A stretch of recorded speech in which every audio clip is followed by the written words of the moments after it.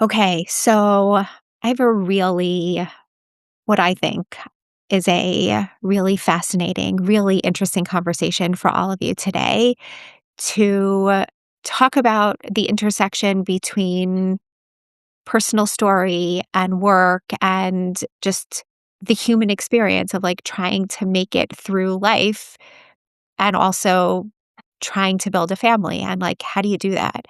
And Shira, who all of you will meet in 5 seconds, Shira reached out a number of months ago now. I think actually I had to cancel on her twice, so, like, hopefully she's not gonna hold that against me, but Shira reached out to me and said, "I I think it's time for me to share, and I Actually, I'm gonna stop talking. I think it's always better when I stop talking. So, Shira, please introduce yourself. I mean, everybody at this point will have read your bio. They'll see the title of this episode, blah, blah, blah. But like tell people a little bit about you and why you reached out initially. So, thank you, for that intro. We can I say that strange introduction. Yeah, okay, fine. So, my name is Shira. I am, almost 40, turning 40 this year. My pregnancy journey started in 2016, so I feel like 2026, I'm like it's just, like, been this trajectory that is ongoing. I never in a million years would have imagined it would be 10 years in the making of growing my family. Um, and I have two beautiful living children, or actually, let me backtrack. So I live in Brooklyn, New York. I grew up in Westchester, New York, which is north of Manhattan in New Rochelle. I am the oldest of three. My parents are both physicians, so I have a medical background, though definitely did not want to go into medicine, but I'm did. not taking any offense to that. Don't worry. Yeah, you'll see where your kids end up, but Totally. I do feel very proud of my role in I should say the medical profession or medical field or relationship to that, as a registered dietitian. I've been a registered dietitian for over 10 years, and my current niche is working with prenatal and postpartum women as well as families with early childhood nutrition. But initially, my training was just like any dietitian training. I worked at a big hospital. I did diabetes, hypertension, chronic kidney disease, oncology. Kind of went through all of the touch points of rotations that are required, and I worked for several years in a clinical setting in that capacity before transitioning into the role that I have now, which I know we'll talk a little bit about. Going back to my childhood, I'm the oldest of three. My mother had no issues conceiving me. My brother, she very later on kind of alluded to having to take, I think, progesterone, or but never was talked about as a kid. Three children, no problem. Three healthy children. The only thing that really came up was that my mom's sister and both my dad's sisters were not able to get pregnant, and all three of them adopted. Oh, So I wow. have three adopted cousins. And so, really, if there was anything that I was ever thinking about in terms of my own personal journey, to motherhood, it was that I was not going to be able to have kids because I had three blood relatives who couldn't conceive, even though my mom, had no issues. But that was always something that kind of loomed over my head. Like, I'm never going to have children. I didn't even know really what that meant, but that was sort of more something that kind of was just in the back of my mind. So, What I'm thinking about is when you met your husband and, like, when you were, like, dating him, was there this discussion of, like, "Hey, by the way, just to let you know, like, we may not have kids, like, I may not be able to," and, like, was that conversation had?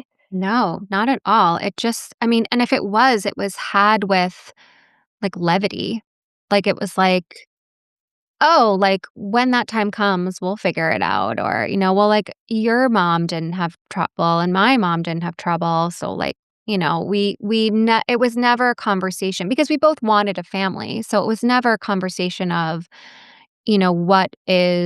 what's it gonna take for us to what's gonna be the emotional, physical, financial toll for us to grow our family. It was just, we love each other. We actually grew up around the corner from each other. We both Oh, went to the University of amazing. Wisconsin, and then we met at a bar 3 years after college, kind of the old school way, and realized we sort of had all of these, amazing connections, and we moved to Brooklyn, and we, fell in love with it here, and we got married here.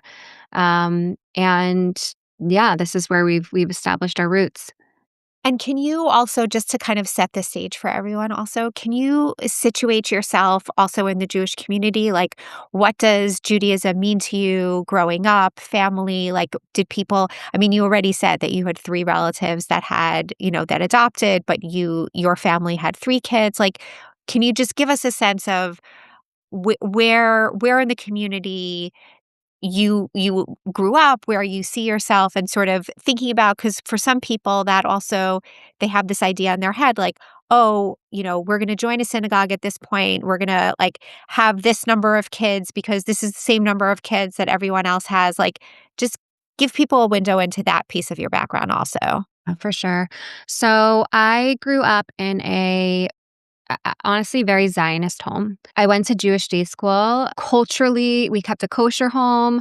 A kosher home now. I'll get to that, but some compromises my husband have made. But we grew up in what I guess you would call like a conservative, conservadox home. We did Shabbos every Friday. We went to synagogue every Saturday morning. We walked to shul really only on the high holidays, but I wasn't observant. I would definitely would ride my bike on Shabbat, but I felt very connected to Judaism as a child. I still do. My parents from a very early age took us to Israel and have taken us multiple, multiple times. That was always, we either went to Florida to visit my grandparents or we went to Israel. So I have a very deep connection to Israel. And, in meeting Adam, Adam, my husband, that was definitely something that I had these role models and my parents who raised us with such love and pride for being Jewish and for Israel. And my husband grew up Reform and didn't really have that same connection. And so that was a concern for me, is how are we going to instill that in our children, if my husband isn't the driver of that, like I saw my dad be the driver of that. And I think it was my mom who'd said to me, you're going to pave your own path and you're going to create your own family and your own rituals and your own traditions, and it's not going to be exactly the same, but you're going to have ownership of that. And it helped me to shift my perspective of, I don't have to exactly follow in that path. Here in Brooklyn, I mean, we build a sukkah in our little backyard space. Not just, I should say, maybe a week and a half ago, pulled all the Hanukkah decorations down. I have a massive box that takes up I was space gonna in say, by the way, me storage. too. It was only like a week and a half ago. Yeah, So yeah, yeah. It's we're like, we're record. actually, By the way, for everyone, we're recording this at the end of January. So just I to mean, let you I know. am still, like, finding some of the PJ library books. We have so many of them. Is it the same as how I was raised? No. We brought our kids to Israel when they were 2 and 4. We are planning on going again for Pesach this year. So we're sort of paving our own way. Something really beautiful that I am missing, that my husband brings to the table, is he is a huge history buff, and he knows so much more about the history of, just in terms of like geography and civilizations, in this way that I don't have that knowledge. I mean, he always says to me, like, where were you in history class? Like, I was there, but I don't continue to listen to podcasts or read these books. And so he brings that a lot of times when we talk about, the Jewish people and the Hebrew language and, the customs and traditions and Judaism, my husband is really able to educate our children and like the foundation of where a lot of this came from, where I am more like, we're baking challah, everyone come, break out Right. the chocolate chips because you like it with chocolate chips. Sometimes we make lemon challah, we drizzle lemon juice on it. I'm Amazing. more of Yeah, like yeah. the joy of just, the Jewish joy. I bring that into the home. And he, I think, has really, all of these concerns that I had about him, he's really almost like met me in a different way. And I think been able to support our kids, especially now, in a post October 7th world and with the incredible rise in anti Semitism. I mean, I want my kids to not just feel proud to be Jewish, but to have the words and the knowledge to talk about it. In some ways, we have come together to really, raise our kids in a Jewish light that I know he would echo this sentiment. We're both very proud of.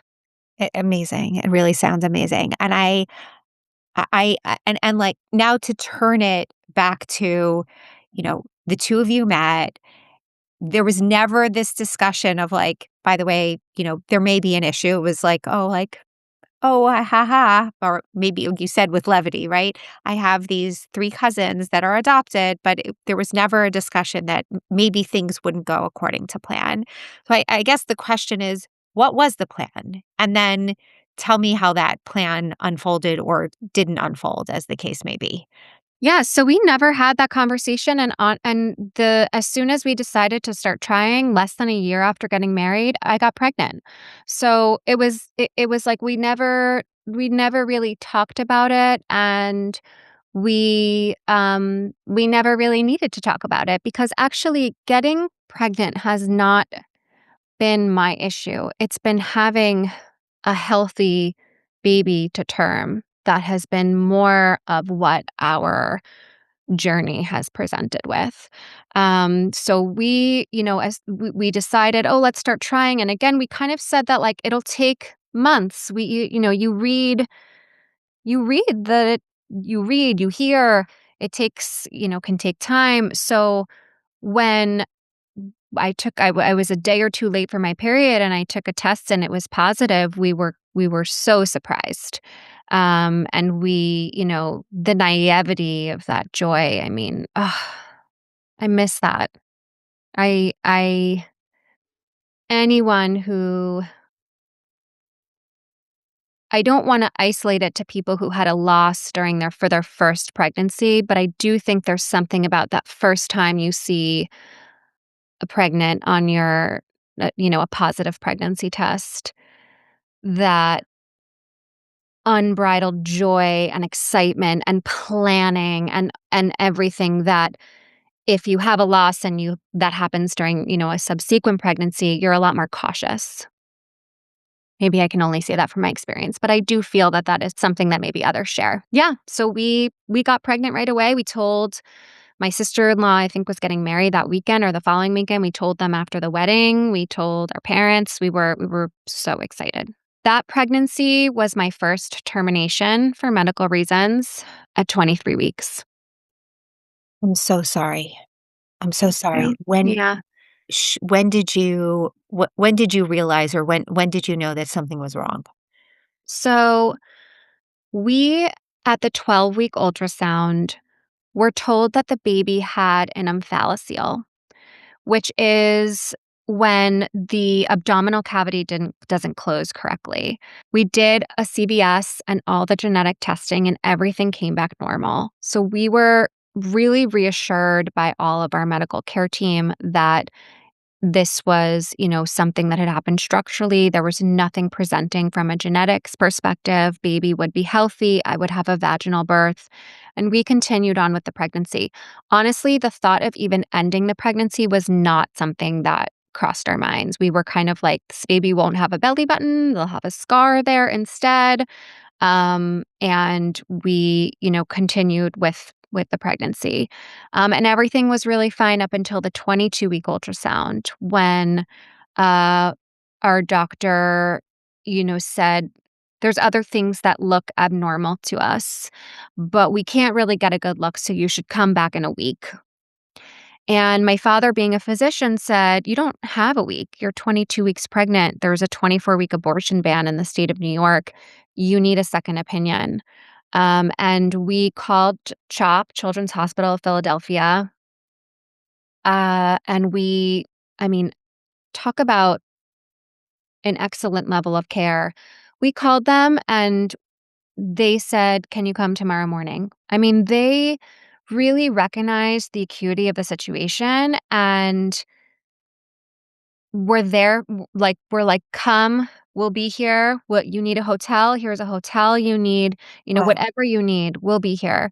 And we immediately got in the car and we went there and we did a full day of tests and ultrasounds and an echo. I mean, they really covered all of the bases, and then, I don't know, 4 or 5 PM, we sat down with a doctor, and she went through just a laundry list.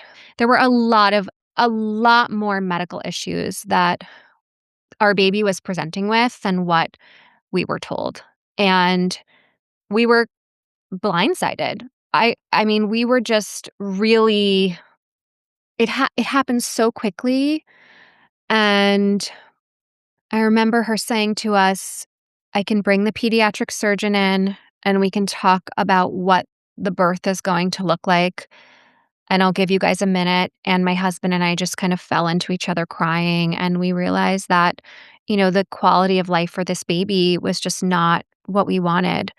And we chose to terminate, um, at 23 weeks. I'm just sitting here and listening to this, and I mean, you walked into this 22-week ultrasound thinking everything is fine. Like there's going to be this tiny thing, like there's a thing, but it's going to be okay. And then to be completely, as you just said, blindsided and realizing this baby was not a healthy baby, not really, almost not compatible with life, period. Um, how do you Did the 2 of you grapple with that at all in terms of that decision? Did you speak to other people? Did you speak to your parents, doctors? Like, what were people recommending? I'm curious about just the emotional process of, like, switching from, "We're having a baby, there's gonna be this thing, but, like, we'll deal with it," to, "We can't have this baby. This baby is not healthy. That's like, this is not what we need to do, what the what the best thing to do for this baby is. This is not it." Yeah, it was an incredibly isolating experience, to be honest, because I don't while our parents we're very lucky, we have amazing parents who would say, they support us in whatever decision we make. I felt very abandoned by my care team at the hospital that I was at in The initial hospital. the initial hospital, yes. They didn't call us, my doctor didn't call me, um, they didn't even follow up with us, like, after we went to CHOP, I didn't I never heard from them again. Oh my god. It was Oh my just like I was god. just, That like, dismissed from their care, yeah. I mean, that's disgusting, honestly. Yeah, it really has opened my eyes. I mean, that and several other experiences too, there are doctors and there are doctors and there are people who are, meant to be in the profession of, caring for you when things go wrong. And so when you ask me that question, I think more about that time. It's less defined by, support from our family um, or like how did we switch from making one decision to another, and more uh, isolation because the people who had held my hand, the care team who had held my hand up until to that point was gone. I didn't have any other friends who were pregnant who had gone through any sort of even a loss to lean on, and that whole experience was really more survival mode, honestly, when I think back to it. And it's funny because we're well, it's not funny, but we're talking about, having good care, and I remember I was worried, like, so I was working at the time as a dietitian in a clinical hospital, and they were asking me, like, "When are you gonna be out? We have to file paperwork with HR. Like, we need to know how many days you're gonna be missing from work." And, it's a big, big hospital, and it wasn't like, "Just take care of yourself and come back," in a small company, it might be a little bit more like that. And I didn't really have these answers. I don't know. I don't know when I'm coming back. I'll come back when I have to, but I also felt this pressure of, like, you need to fill out this paperwork. We need to, go through human resources. And so I called the nurse's office at my doctor, and I said I just wanted to know a little bit more about the recovery. And she said, and my procedure was on a Friday. And she said, "You'll be fine by Monday. You'll be able to go back to work on Monday." Oh my goodness. I went back to work on Monday. Oh my gosh, you did. I went back to work on Monday. And I think about that conversation and how, my question of asking, what will, how long will the healing process be, right? How long will I be out for? And obviously, we're having this conversation that's like, physically, you will be able to walk around and do your day to day activities in 48 hours. But emotionally, I mean, I spent those first few weeks back at work in a bathroom stall crying 85% of the day.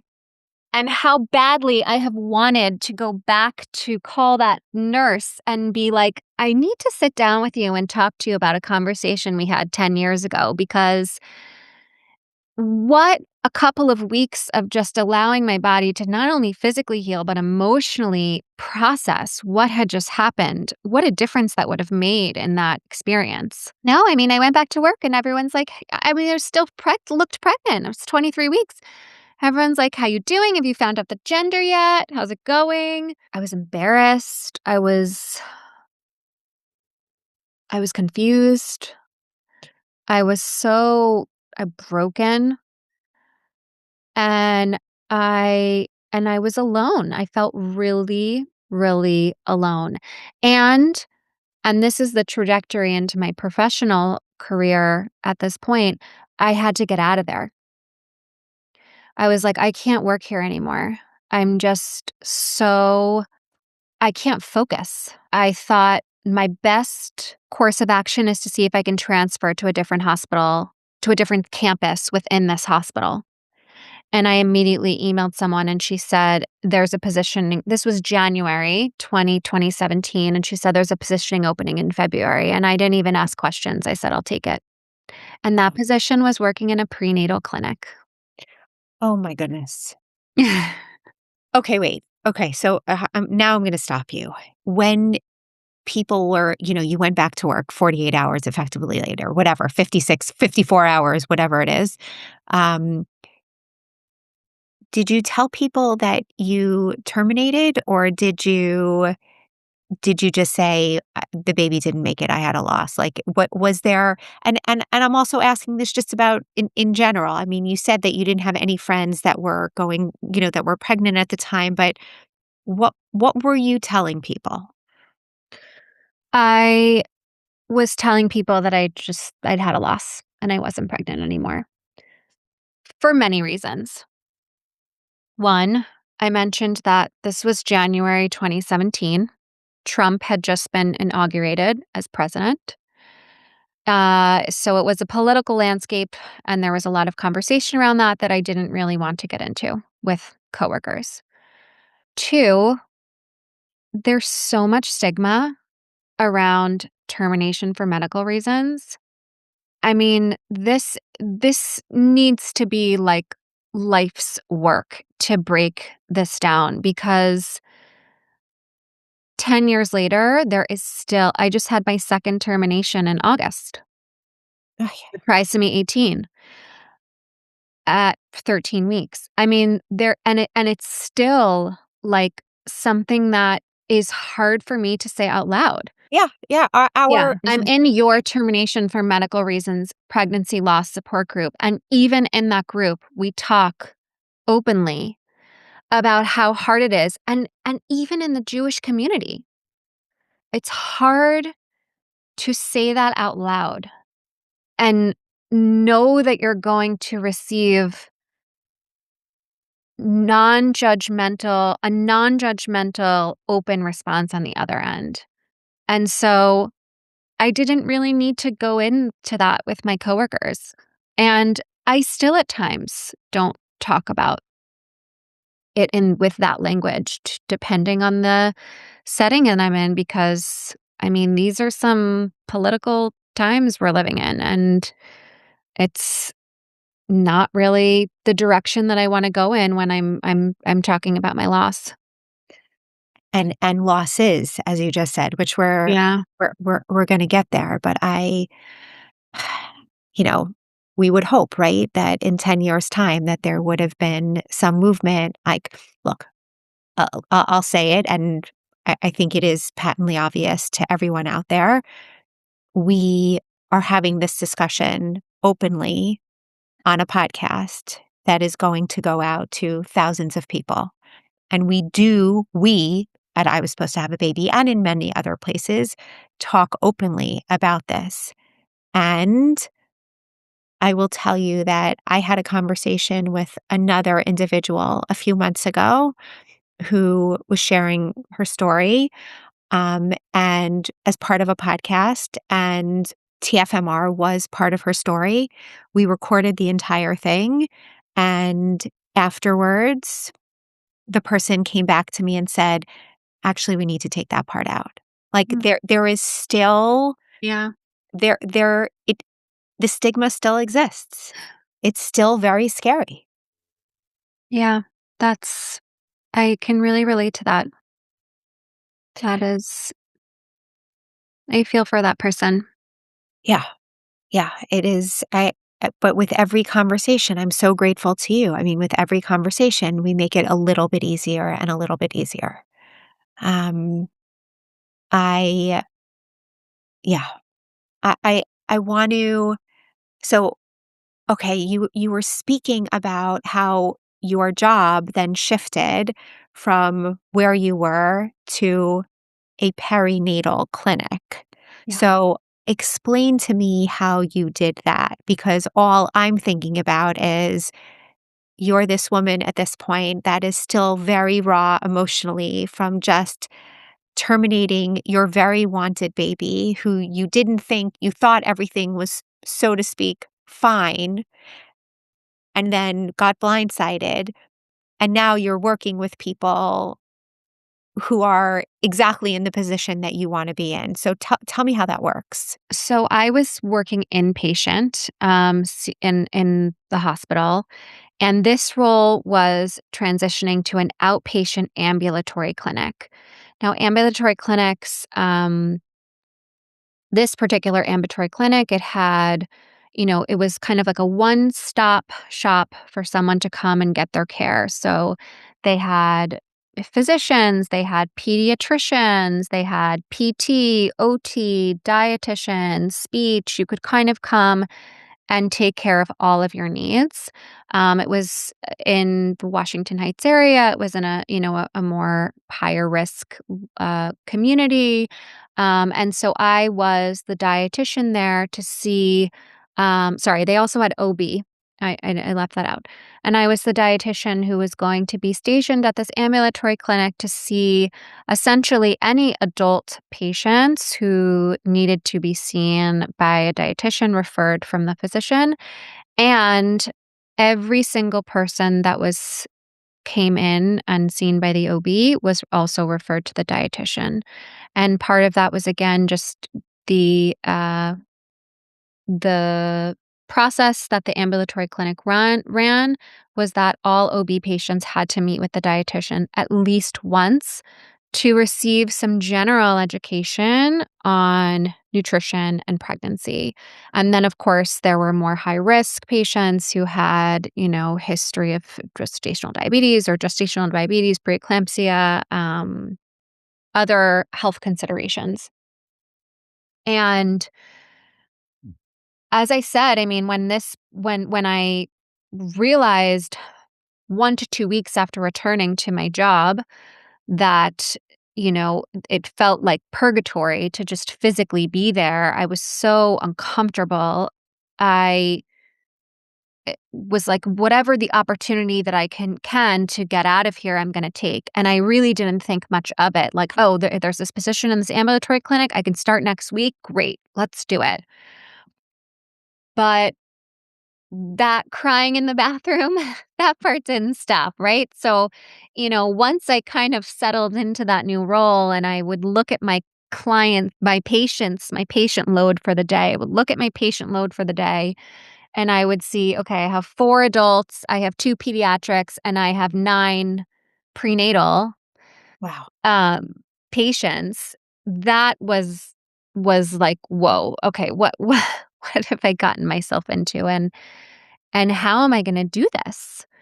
And how am I going to disassociate myself from this work when I am like in the throes of my own grief and my own journey? Part of it we could say is time with anything, right?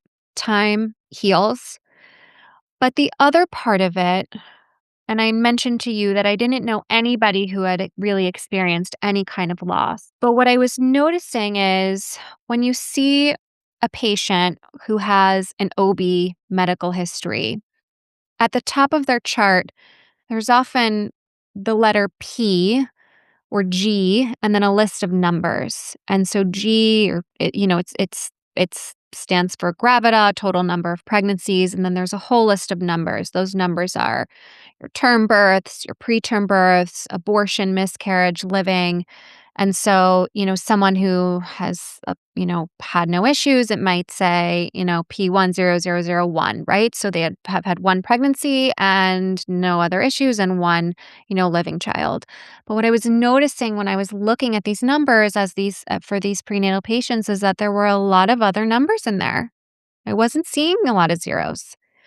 I was seeing a lot of threes, fours, sevens Wow. under that abortion miscarriage number.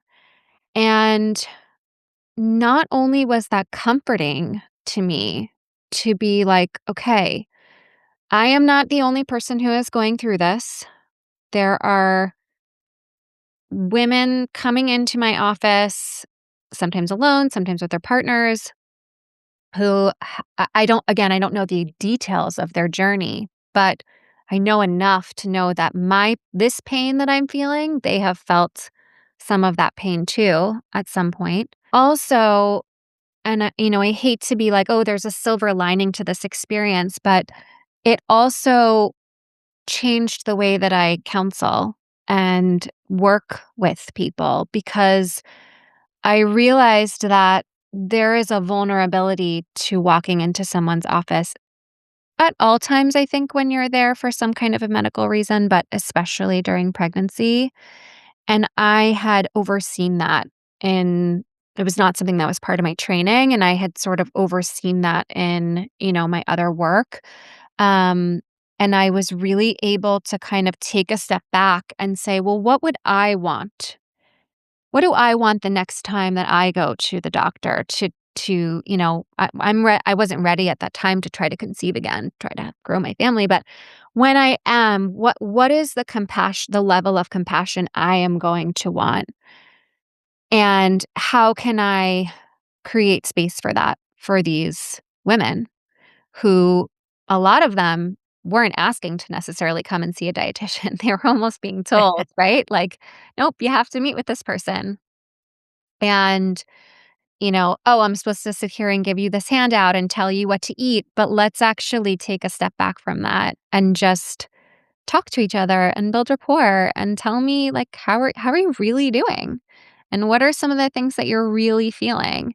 And so food is a part of that and nourishing yourself is a part of that. But in some ways this trajectory of this role really gave me this deep appreciation for the perinatal population, and again the vulnerability that comes with that, and it's really become my life's work. I I'm just sitting here and just in awe of the way you were able to take it and really consider these people, your patients, as yourself almost, and say, like, "What would I want?" In the very depths of your grief still. I mean, you just said you weren't ready yet to try again, and yet you were able to step outside of your own pain and be able to think about others in the way that you would have wanted to be treated. I'm just it's one level to go to work and try to deal with your pain and grief at the same time, and it's another level to just really be able to step outside of yourself, and it sounds like it was very healing for you also. That's exactly what I was gonna say is, I mean, I don't want to belittle the tears that happened still in a bathroom stall, or I actually had an office with that I could close my door and cry, so I transitioned from the bathroom to my office. Um, but so I I don't wanna minimize that a lot of that was still happening, but yes, it was very healing for me, and it really that acute isolation that I felt in the beginning, I was connecting with these patients, um, in a way like, "Okay, I am providing you with care and support that I would have wanted throughout my experience, that I want the next time, that we all deserve." I mean, healthcare is just not, I think, especially in a hospital setting, is not the place to get the empathetic handholding that everyone deserves, but I had the space, the time and space to provide that, and so that kind of became where I was able to channel my pain and really focus on. Yeah, I mean, I just think it's absolutely incredible. Um, so I guess my question is, when did you feel ready to try again, and what did that look like? Yeah, I don't know if you're ever ready, but you kind of have to force yourself, right? Like, I mean, no, it's a great question. Like, when are you ready again? But it's like, Y I mean, I talk about this with a lot of people. Like, what is ready? Like, is it, you're taking a leap, a risk, jump into the unknown. You're like digging into all your reserves of resilience and being like, I can do this. And in September, we tried again. And again, we got pregnant right away. Um, and then we heard the heartbeat at the 6-week appointment. And then we went back for the 9-week appointment and there was no heartbeat. Oh, I imagine, I mean, even before you said that last piece, I was gonna ask you, I imagine that, you know, one of the things you said in the beginning is you wish you could go back to that, like, that person that was, like, so excited to get a positive pregnancy test, that naivete of, like, everything's gonna be fine. But I imagine that going into this pregnancy, obviously, like, are you ready? When are you ready? How are you ready? That's, like, a whole other conversation. But even getting pregnant, I'm sure, was not reassuring for you. And, like, did you I'm guessing that in your head, you thought, "Oh, well, the last pregnancy, there wasn't a problem until 12 weeks." So I'm guessing that you thought, "Oh, well, things should be fine until that point." Or I wish I could remember what I thought, but what I can say, given that I've now had 6 pregnancies, is that the subsequent 5 pregnancies have not, there has been little joy, excitement, planning. Uh, you build a wall. I wish that wasn't the case. I wish I had a faith. I mean, we're on a Jewish podcast. My sister is Balchuva, and I talk to her sometimes, and I think, wow, I need that faith in Hashem, right? Like, this will work out. But the wall is too thick, too hard. And I just, um, even when I was 9 months pregnant with my oldest, and my parents, I remember having a phone call with my mom, and she was saying something to me like, talking about when the baby comes, and I was still like, "Don't talk like that. You don't know." I mean, I'm, like, getting emotional saying that because it's like it's still so raw. Like, until that baby is in your arms, it's like you just can't relax, or at least for me, I just could not relax. And so, yes, I was so happy we got pregnant right away, and I was so happy to hear that heartbeat, and then I was devastated at that 9-week. Actually, my husband did not cry the whole he was so strong, their whole termination. And then when we got the news of that miscarriage was I remember the first time he let his emotions, let his guard down, and thinking to myself, wow, like, okay, that speaks volumes to me that we're both really feeling this devastation. But um yeah, it's hard to feel excited. Yeah. Yeah. And was the recovery I you don't ever recover from grief, right? But, like, was the aftermath of that pregnancy, the grieving there, was it different? Was it the same as the first? Did you did you take more time off of work? Like, what did that look like? Yeah, no, I did not take more time off of work. Why have I not learned my lesson? Um, I I think there is no recovery that has been as traumatic and painful as my first loss. Even this loss that I had in August was not the same. Um, I think the recovery was more, "Oh my god, I have to do this again." Like, I built up so much courage to try again after my first loss, and now I've had 2 losses, and I have to try again. And I feel like so many of us are saying who've had multiple losses, right? Like, where is that inside of ourselves that we can find that says, like, I have to keep trying? I mean, IVF, right? You go through so many rounds of IVF, and it's like, just keep going, have faith, don't give up. And I think after that loss, that was really like, wait, we have to do this again. Like, we still don't have a baby. We have to do this again? The So, definition of insanity is doing the same thing over and over and yeah, expecting a different result, right? Like, yeah. that's the definition. Yeah. That's I guess we're all insane. Yeah. We wanna Clear. grow our families. Clear. Um, yeah, and we did try again that December, and we that is my oldest son. That was a healthy live birth. He was born in 2018, and, it was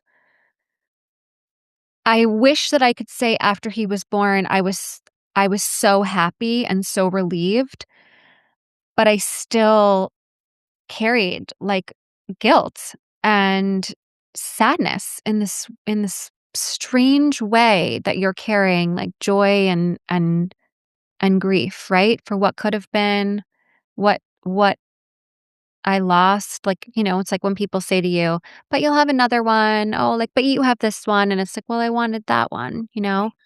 So, like, wow, I'm holding him in my arms, but I never got to hold my other babies in my arms. So it's this very strange feeling. I don't know if that's something that a lot of people talk about either, right? You finally do get to give birth after loss, and we're not always just so happy.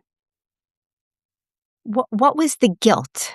Like, the sadness I understand, and I think a lot of people can relate to it. What was the guilt for you? Do you have a Yeah, handle on that?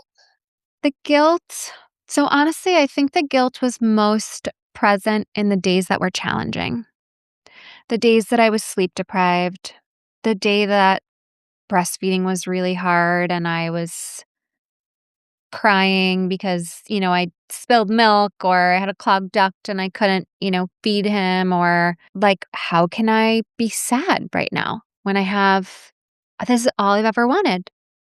This is all I've been trying for 2 whole years. Like, what I'm not allowed to have I'm not this isn't allowed to be hard because I didn't get to do this with so our first son, we named him Abe. I love saying his name because I think that that's another piece that has been robbed, right? Of being able to say your child's name out loud that is not here.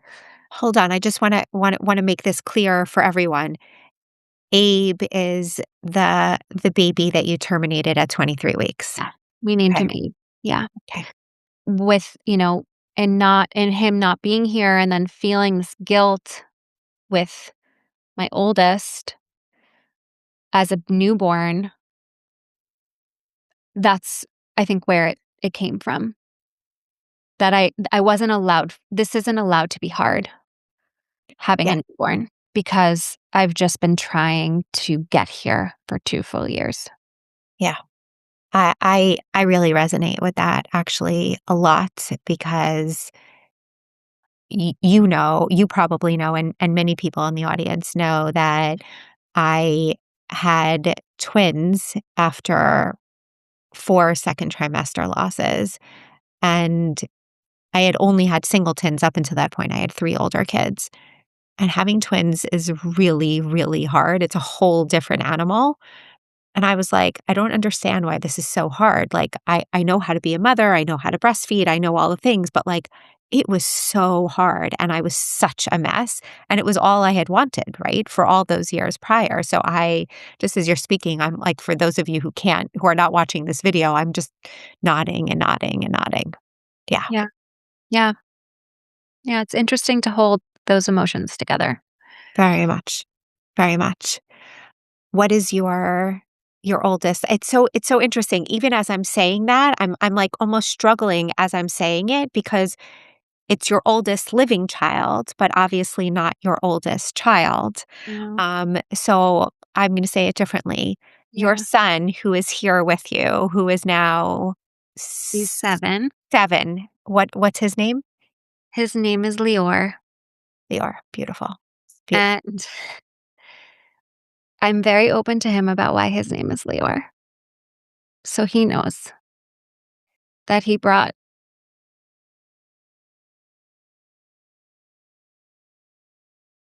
much needed light after a really dark time.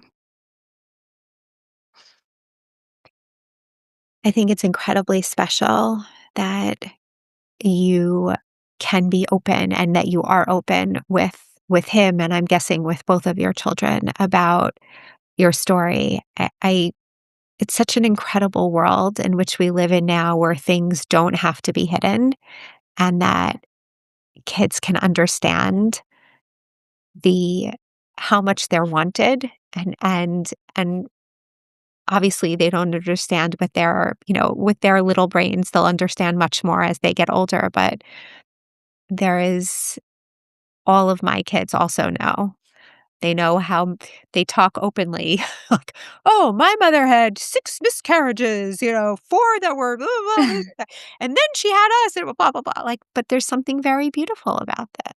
There's Yeah. some I mean, I sometimes think, like, if it had been something that had been talked about a lot more when I was younger, or just if I was more aware that this was, you know, something that was so common, would it have helped me during my own experience?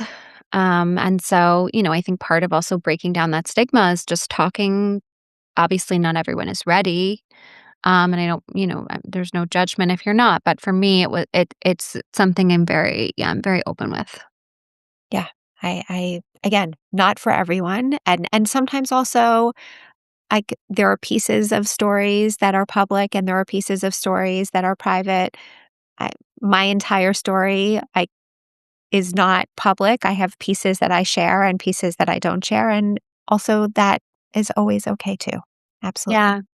I actually, through my synagogue, that these two women started a pregnancy loss support group, and we meet maybe once every 4 to 6 weeks. And my kids will be like, "Where are you going tonight?" And I'm like, "I'm going to my pregnancy loss support group. Bye." Like, Yeah, getting out of bedtime, but yeah, also like going to have a cathartic evening. totally, totally, totally. Okay, so Lior, you have Lior, and when did you start thinking about the next, and what did that look like? Yeah, so when Lior was 11 months, I found out I was pregnant. We weren't trying. And there was a lot of anxiety around that because I was still breastfeeding. I was, just wasn't ready. But that pregnancy resulted in my almost 6-year-old Perry. And so I have 2 living healthy children, and they are they keep me busy. I have 2 boys. And then Perry was born March 2020. So Oh, peak wow. COVID, Oh, wow. took a little bit of a break, to put it lightly, during the pandemic. And then when Perry was 4 years old, we got pregnant. Also again, no, like, issue getting pregnant. Um, and that pregnancy, somewhere between 9 and 10 weeks, I miscarried at home. Oh, gosh. Um, and that was my first experience with that type of a loss, happening at home. At home, on the sidewalk, at school pickup. I mean, it doesn't discriminate when as it's happening. So that was that loss. About a year later, I got pregnant again. Maybe 8 months later, I got pregnant again, and we found out in August at with the blood work that the baby had trisomy 18, and we terminated at 13 weeks. And when you said earlier, you said that it was a vastly different experience from your first pregnancy. Like, even though, as you've also said, the political climate is still very much the same and still very difficult. How I don't wanna put words in your mouth. How was it different for you? So at this point, like, I'm no stranger to loss, and I'm no stranger to the physical side of things and also the emotional. So, letting myself, like, grief comes when it comes, takes hold of you at could be, any time, anywhere. And I no longer controlling it. It comes. I let that wave wash over me. I let myself have that good cry. It's in the shower. It's brushing my teeth. It's, 2 o'clock in the morning when I wake up and my mind is racing. It's, you know, at the playground. It could be whatever. And I let it happen because I think it's important. I feel that that is also a process of my healing. And so that's one piece of it, and then the other piece of it is taking care of myself, which as a dietitian, I know that there's the importance of making sure that I'm well fed and trying to, keep my blood sugar stable, keep my, like, limit my stress hormones, things like that. So, for example, after my first loss, people would say, "What do you need? How can I help you?" And I didn't know how to answer that. And in August, I remember my mom saying, like, "What do you need?" And I said, "A big pot of your chicken soup, please." Right. And my friend said, "What do you need?" And I said, "Can you go grocery shopping for me?" Like, I had a voice to speak up about ways that people could be helpful that I didn't have the first time. And I had a lot of friends who did step up this time. You could say thank you, but part of me is like, it's okay. I don't have to feel bad, because that's what community is, and that's what, we need to rally around each other more. And I didn't have that. Honestly, maybe during even the first 3 losses. And this time when people asked me if they could help, I was a lot more open to it. And it helped the healing process, to be honest. Does it When you say that you didn't have it the first 3 losses, the first loss, I mean, we've talked about, and that, you weren't sharing exactly what the details were, and also it was isolating because you didn't know any other people who were pregnant at the time. I'm curious if with the other 2 losses, loss number 2 and loss number 3, that were early first trimester losses, did you share about those? Like, did people know that you were going through it? No, I don't think people knew. And even the loss that I had in 2024, where I miscarried at home, I mean, when I told people after the fact, they said, "Why didn't you call me and ask me to pick up your kids from school? Why didn't you let me know?" And I don't have an answer to that. It is still hard to ask for help. Right. And maybe it's because with the second termination, people knew that I was pregnant. People knew we had been trying. We've since done IVF. People know we are doing IVF. I don't have to put myself out there so much. It's just, this is what our family's going through, and people check in every once in a while. And so people who were texting me, that week, and like I wasn't reaching out to other people to be like, "Hey, like I'm currently home recovering from a DNC. Can you go get me something?" But if someone texted me and said, "Hey, like, do you want to meet up, for a drink?" I'd say, "Actually, I'm home recovering from a DNC. Oh my God, I'm so sorry. Can I bring you something?" "Yeah, you could bring me lunch tomorrow. That'd be great." Right. So Wow, that right. I felt okay with. But to be in the throes of a miscarriage and feel like I could call a friend to go pick up my child from school, I wasn't there. And no one's ever asked me that. And to even say that out loud, I'm almost like mad at myself, right? Like I wish that I could be like, no, like I paved that way and I'm stronger and than that, or, I'm showing you that you can ask for help and we shouldn't be ashamed, but I didn't. And I went through it alone. First of all, it takes a lot of emotional energy and obviously physical energy s- to heal and to also go through a loss, especially one that you have at home.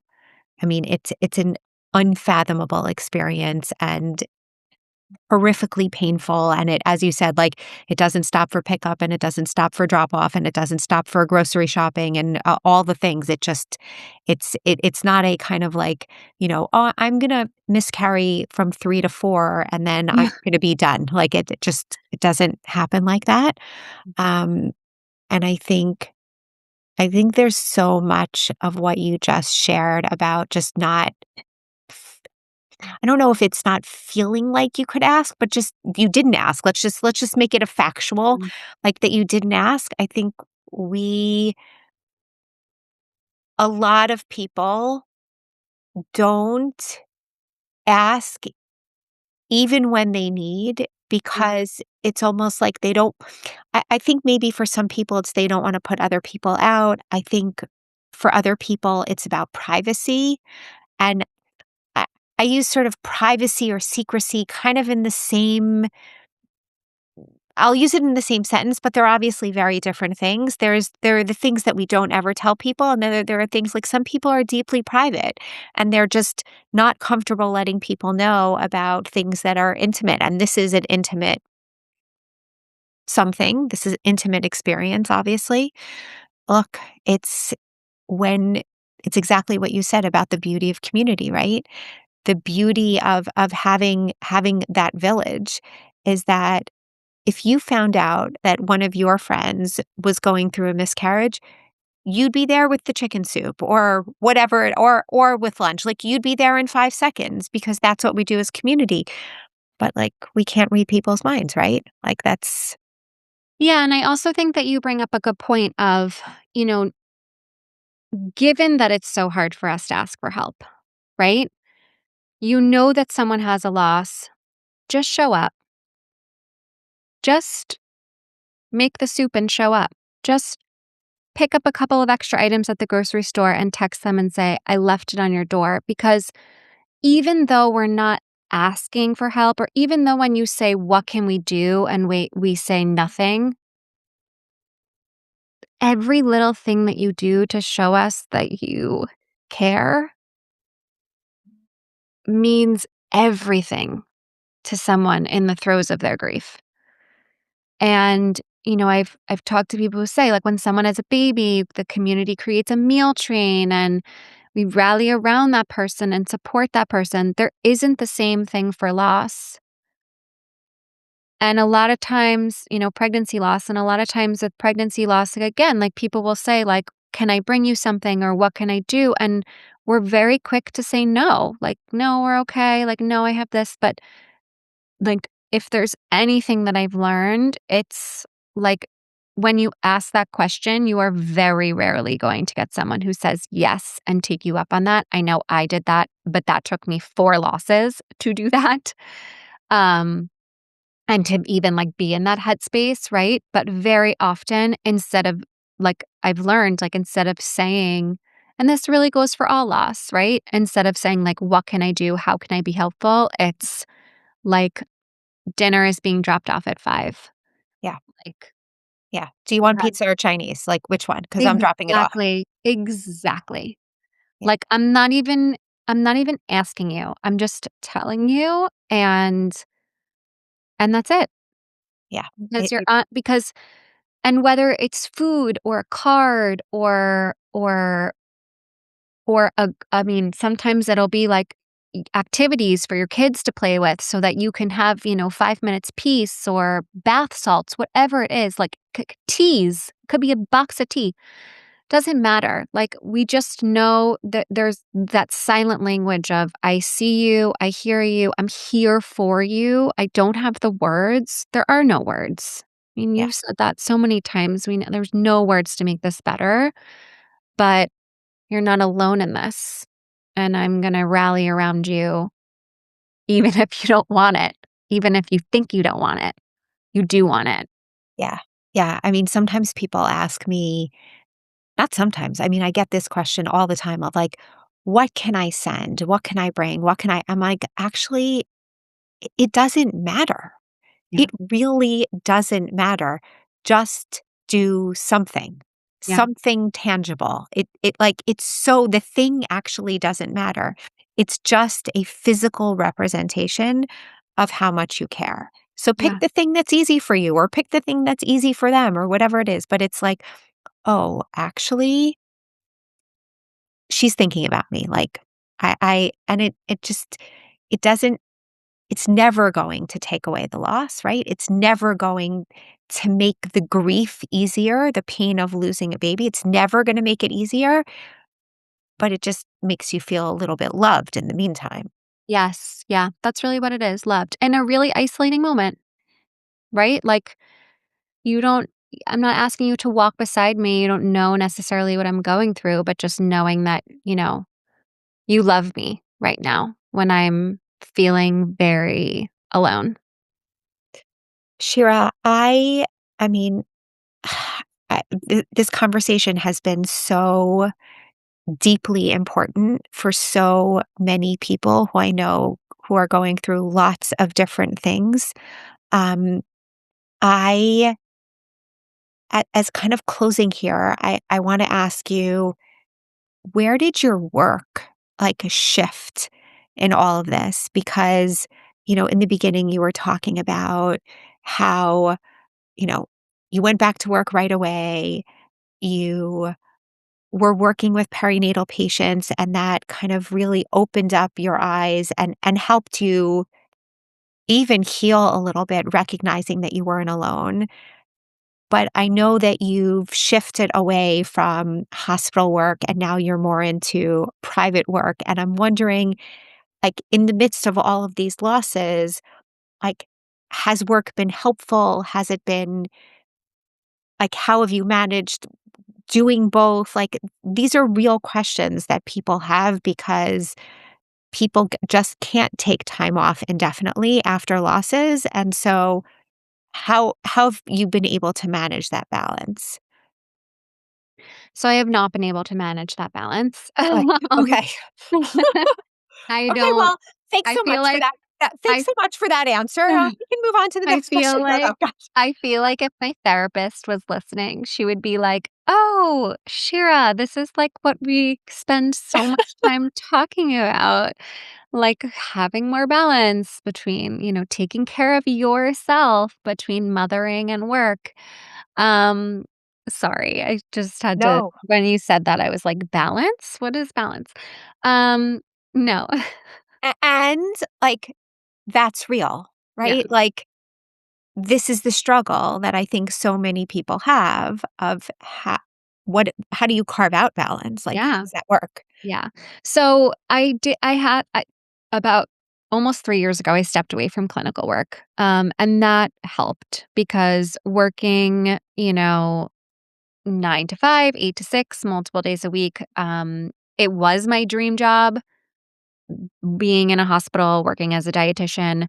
After 2 kids and my experiences, 2 living children and my experiences, it no longer felt like it was working for me, and I feel very lucky that I was able to step away from that, and I took a couple months to be like, "What direction do I wanna go in? What do I wanna do with my practice?" And really working with the perinatal population is where I find the most rewarding. And so even though I can look back on my trajectory and say like is this wow, like this is how I ended up in this space, it still remains to be the type of client that I like to work with that I think that their experience resonates with me. Again, whether they've had a loss or not, being pregnant is vulnerable. Being in the postpartum phase is vulnerable. Raising children to eat, to love food, to feel a deep connection between, a relationship with food, their bodies, kind of shift away from a lot of these like there's right and wrong foods, skinny, fat, like I've so much of that in my training I've walked away from. All of that has it just it's the population that I find the most rewarding, and also I find given my experiences I can create space for. This is the population that I feel like I can really create space for. And sometimes that means, the challenge is I only get to meet with you one time and you have gestational diabetes and you show up and you are hysterical crying because you're still processing this diagnosis, and yet I only have 45 minutes to try to hold that space for you and educate you. And maybe that doesn't mean that we're getting to everything. Maybe it's these are 3 things that I want you to take away from this visit, right? So, it being in this space right now in my own practice has given allowed me to really take a step back and see people more for who they are, which, as I said, I think in a healthcare setting, when you have, it's a business and there's billing and you have 15 minutes to see each people that you don't have that Yeah. time. Yeah.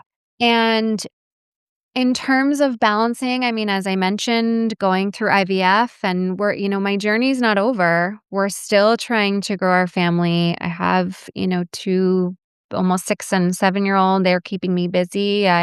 When am I, doing yoga and doing laundry and, meditating or journaling or crafting because those are things that bring me joy. And also, trying to manage a growing business and chaperone a school trip. I mean, we're all trying to, it's like a Jenga. We're all trying to fit Totally. in these moving pieces. But I think as we've kind of honed in on, it's really hard to do it alone. And if you have that community, leaning on those people, or a therapist is someone that I lean on, or listening to podcasts, right? There's probably so many people who've never met you. They feel like they know you. You have these little little glimmers, little things that can help you. I don't know if balance is the right word, but they carry you through different phases of your life. And that's what it is. It's a phase. Like I'm now in this phase, which is very different from the phase I was in 2017, which Yeah. is very different from the phase I was in 2020 with a year and a half and a newborn, Like, so it's like what I've needed. I've realized like we're adapting. But the loss is always there and it's something I'll always carry. And there's work that needs to be done there for sure. Yeah, and I think I'm gonna change what you just said. Instead of the therapy or yoga or balance or there were a lot of ors. I'm gonna put the and instead of And the yeah. ors, right? Because we need all of it, right? We need the journaling and the like, one of the things I like to ask people right at the end are like, what were your go-tos? What are your go-tos to kind of like center you and to like get you back when you're starting to feel like you're falling a little bit to kind of bring you back into your center and into yourself.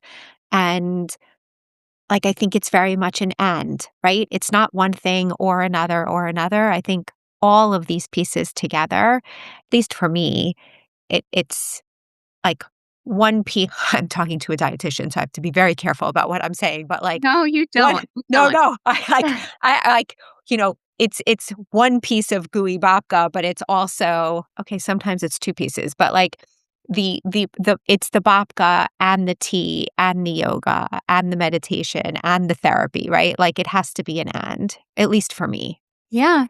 Yeah, and on the days that it can't be an and it's just an or, it's not putting pressure on yourself to have it been everything because that's at least in this moment, that's been a struggle. Maybe that's why I went to the ors, right? It's like, okay, I only have really time and space to do one thing. But to that point of when you said, what are those things that ground you? I've actually had a hard time finding things that ground me during the day. And so I've really shifted to, getting into bed earlier and not bringing my phone into bed and bringing a book. And I have not read in a long time. Like, when you have young kids, it's very hard to pick up, or I found it was very hard to pick up a book to read for pleasure. But to not bring my phone with me into bed and to bring a book with me into bed and to have those 30 minutes to read fiction, nonfiction, I've kind of switched back and forth. In some ways has been a nice ritual that I've slowly gotten into. And so I think sometimes knowing if I didn't have the time to do the stuff during the day, I'm prioritizing that time when it's quiet, and I have that because to bring your phone into bed, you're doom scrolling for a long time. Totally. I and even if it's not doom scrolling, it's still the blue lights and it's still, Yeah, or it's yeah, work or it's emails or yeah, it's thinking about things and, yeah, at some point, like, when do we shut our brains off? yeah, We don't have the answer to that, but, yeah. I love it. I love it. Shira, I cannot I know I say this to everyone, but I'm gonna say it here also. I can't thank you enough. I'm so grateful that you reached out, but more than that, I'm really just grateful for this conversation because it's just a real look into what this is, like what pregnancy loss is, what termination is, what dealing with grief is, what like trying to find a balance. Haha, I'm like using this word again as we just said that none of us have balance, but okay, I'm using the word. Like trying to find this in the span, like this is a messy life and Yep. but a deeply meaningful one and trying to find your grounding and your footing as you go through this messiness, I think is it's so powerful and so important for people to hear, for them to know that their messiness is also okay. Like they're not the only ones who are going through messy. So, Yeah, and messy for 10 years, right? Like, that's the other thing is that so many people are struggling with growing their family for it's not just a year or 2 years, it's when is this ending? When will I have closure on this? yeah, And I'm with you. I feel that deeply. I hope and pray that you have closure Thank you. and many more happy endings very, very, very soon. Thank And you. in the meantime, your words here I know will be deeply impactful for many, many people. So thank you. Thank you. Thank you for having me.